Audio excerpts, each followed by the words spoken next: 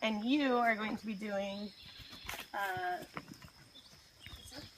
you're going to be doing like 1 to 2 buckets from a bunch of different contexts. So it's going to be very important for you to be looking at the tags from each thing as you go.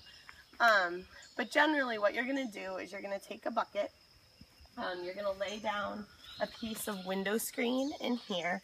We'll have to get those from up the hill. This is a window screen already in here, but by putting a piece over this, it makes it easy to pick it up and carry it away instead of having to remove all these teeny tiny little artifacts from here. So this window screen is 1/16 of an inch.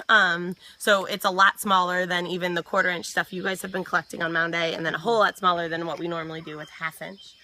So once you have a screen in here, you can actually nest this one up in top.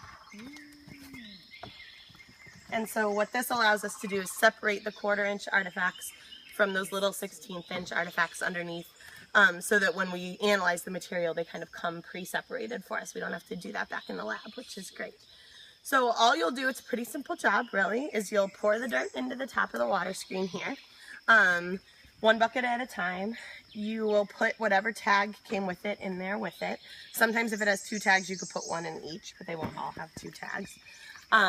And then you just take this, which we pulled all the way up the hill, and you just spray all of your dirt through like this. I'll try not to spray each time.